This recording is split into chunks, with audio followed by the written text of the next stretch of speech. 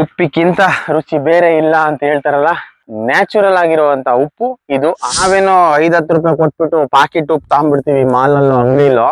But ಇಷ್ಟು ಉಪ್ಪನ್ನ ಸಂಗ್ರಹ ಮಾಡ್ಬೇಕು ಅಂತಂದ್ರೆ ಎಷ್ಟು ಕಷ್ಟ ಪಡ್ಬೇಕು ಅಂದ್ರೆ, ಇದು ನ್ಯಾಚುರಲ್ ಅಂತೆ. ಇದು ಯಾವುದೇ ಬ್ರಾಂಡ್ಗೆ ಹೋಗಲ್ಲ, ಮತ್ತೆ ಯಾವುದೇ ಪಾಕೆಟ್ ಮೇಲೆ ಹೆಸರು ಬರಲ್ಲ.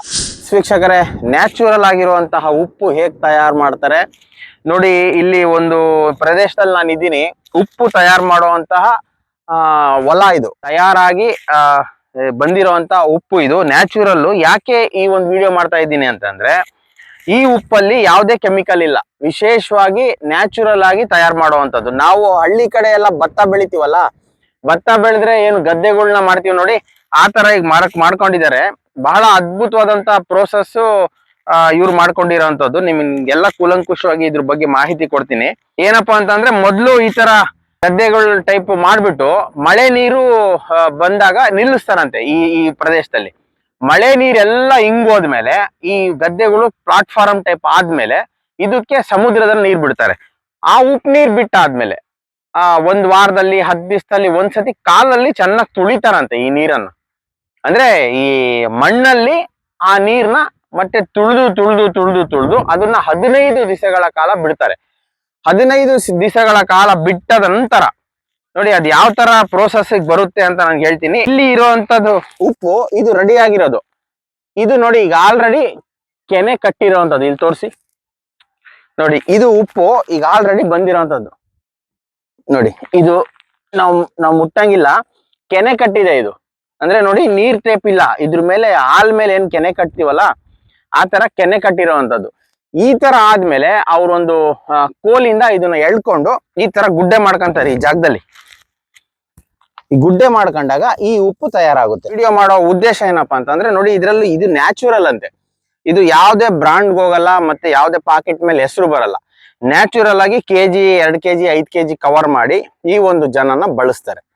ಇವರೇ ಉಪಯೋಗ ಮಾಡ್ಕೊಂತಾರೆ, ಇಲ್ಲಿ ಊರಿನ ಜನನೇ ಬಳಸ್ತಾರೆ. ಅಂದ್ರೆ ಇದರಲ್ಲಿ BP, ಶುಗರು, ಕೊಲೆಸ್ಟ್ರಾಲ್, ಉಪ್ಪು, ಬಿಳಿ ಪದಾರ್ಥ ಬಳಸಬಾರ್ದು ಅಂತ ಹೇಳ್ತಾರಲ್ವಾ. ಸೊ ಈ ಪದಾರ್ಥ ಬಳಸಿದ್ರೆ ಯಾವುದೇ ಕಾರಣಕ್ಕೂ ಕೆಮಿಕಲ್ ಫ್ರೀ. ಇದು ಯಾವುದೇ ಕೆಮಿಕಲ್ ಇಲ್ಲದ ಉಪ್ಪು ನ್ಯಾಚುರಲ್ ಆಗಿ ಬಳಸುವಂಥದ್ದು. ನಾನು ಆ ಪ್ರದೇಶದಲ್ಲಿ ಇದ್ದೀನಿ ನೋಡಿ, ಸಾಕಷ್ಟು ಎಕರೆಗಳಲ್ಲಿ ಇದನ್ನು ಮಾಡ್ಕೊಂಡಿರೋವಂಥದ್ದು. ಈ ಭಾಗದಲ್ಲೂ ನೋಡ್ಬೋದು. ಈಗ ನೀರು ತೆಳ್ಳಗೆ ಹೋಗ್ತಾ ಇದೆ ನೋಡಿ ಇದ್ರ ಮೇಲೆ. ನೋಡಿ ಉಪ್ಪಿನ ಅಂಶ ಅಲ್ಲಿ ಒಂದೊಂದಾಗಿ ಒಂದೊಂದು ಬಾಕ್ಸ್ ಟೈಪ್ ಆಗಿರೋದು ನಿಮಗೆ ಕಾಣಿಸ್ತಿದೆ. ಅಂದ್ರೆ ಇಲ್ಲಿ ಓಡಾಡ್ತಿರೋ ನೀರು ಇದು ಕಾಣಿಸ್ತಿದೆಯಲ್ಲ ನಿಮ್ಗೆ ನೋಡಿ, ಇದು ಉಪ್ಪಾಗಿದೆ. ಇದು ಉಪ್ಪಾಗಿ ಬದಲಾಗಿರೋವಂಥದ್ದು. ಯಾವುದೇ ಮಿಷಿನ್ ಇಲ್ಲ, ಯಾವುದೂ ಇಲ್ಲ, ಏನು ಟೆಕ್ನಿಕ್ ಆಗಿ ನೋಡಿ ಎಷ್ಟು ಚೆನ್ನಾಗಿ ಅದ್ಭುತವಾಗಿ ಮಾಡ್ತಾರೆ. ಇದು ನ್ಯಾಚುರಲ್. ಇದು ರಾಶಿ ಗುಡ್ಡೆಗಳು ನಿಮಗೆ ಕಾಣಿಸ್ತಿರ್ಬೋದು. ಆ ಗುಡ್ಡೆಗಳೆಲ್ಲ ಈಗ ಸಂಜೆ ಆದ ತಕ್ಷಣ ತಗೊಂಡ್ಬಂದು ಒಂದ್ ಕಡೆ ಸ್ಟಾಕ್ ಹಾಕ್ತಾರೆ.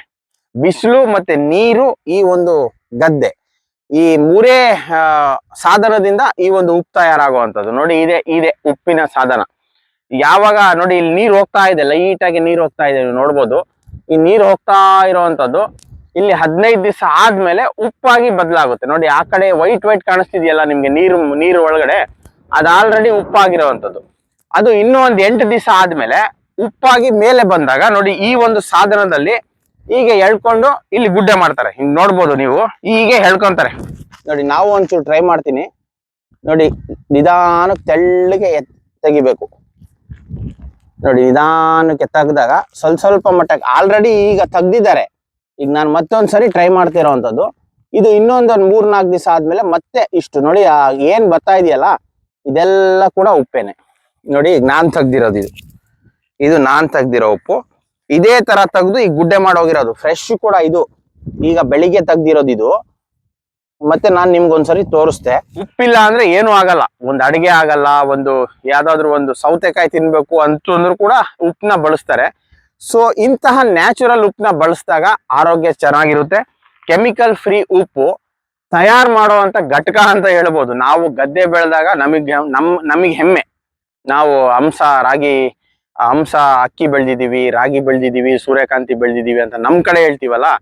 ಸೊ ಅದನ್ನ ಹೆಂಗ್ ನ್ಯಾಚುರಲ್ ಆಗಿ ಮಾಡ್ತೀವೋ ಇದು ಕೂಡ ನ್ಯಾಚುರಲ್ ಆಗಿ ಪ್ರೋಸೆಸ್ ಆಗುವಂಥದ್ದು. ಸೊ ಇದೆಲ್ಲ ತಗೊಂಡೋಗಿ ಶೇಖರಣೆ ಮಾಡಿದ್ದಾರೆ. ಆ ಗುಡ್ಡೆ ಉಪ್ಪನ್ನು ಕೂಡ ತೋರಿಸ್ತೀನಿ ಬನ್ನಿ.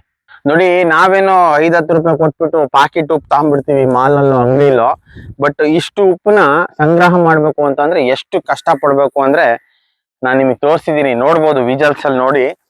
ಇದೇ ಅದು ಉಪ್ಪಿನ ಗದ್ದೆ, ನಾವು ಭತ್ತದ ಗದ್ದೆ ಅಂತೀವಲ್ಲ ಆ ತರ ಉಪ್ಪಿನ ಗದ್ದೆ. ಅಲ್ಲಿ ಚಿಕ್ಕ ಚಿಕ್ಕ ಪ್ರಮಾಣದಲ್ಲಿ ಇರುವಂತಹ ಗುಡ್ಡೆಗಳನ್ನ ಮಾಡಿ ಅದನ್ನ ತಗೊಂಬಂದು ಒಂದ್ ಜಾಗದಲ್ಲಿ ಹಾಕ್ತಾರೆ. ಇದನ್ನ ಹಾಕಕ್ಕೆ ಸುಮಾರು ಇವರು 25 ದಿವಸಗಳ ಕಾಲ ಕಷ್ಟಪಡ್ಬೇಕು ಇಷ್ಟು ಉಪ್ಪನ್ನ ಕಲೆಕ್ಟ್ ಮಾಡ್ಬೇಕು ಅಂತಂದ್ರೆ. ಉಪ್ಪಿಗಿಂತ ರುಚಿ ಬೇರೆ ಇಲ್ಲ ಅಂತ ಹೇಳ್ತಾರಲ್ಲ ನೋಡಿ. ಯಾವಾಗ್ಲೂ ಕೂಡ ಉಪ್ಪು ಎಲ್ಲ ಕಡೆ ಸಿಗ್ತದೆ, ಬಟ್ ನ್ಯಾಚುರಲ್ ಆಗಿರುವಂತಹ ಉಪ್ಪು ಇದು. ಆರೋಗ್ಯಕ್ಕೆ ಯಾವುದೇ ರೀತಿಯಲ್ಲಿ ಸೈಡ್ ಎಫೆಕ್ಟ್ ಇಲ್ಲದಂತಹ ಉಪ್ಪು ಇದು.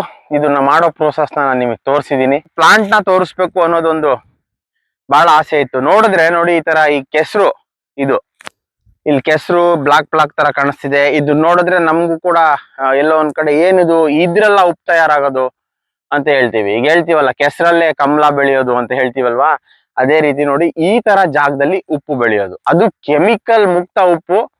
ಸಾಕಷ್ಟು ಕಡಿಮೆ ಜನ ಇದನ್ನ ಬಳಸ್ತಿರೋದು. ನಾವೆಲ್ಲ ಈ ಪಾಕೆಟ್ ಉಪ್ಪಲ್ಲಿ ಮೊರೆ ಹೋಗಿದ್ದೀವಿ. ಇದಕ್ಕೆ ಬಹಳಷ್ಟು ಆರೋಗ್ಯದ ಸಮಸ್ಯೆ ಅಂತ ಇವರು ಹೇಳ್ತಾರೆ.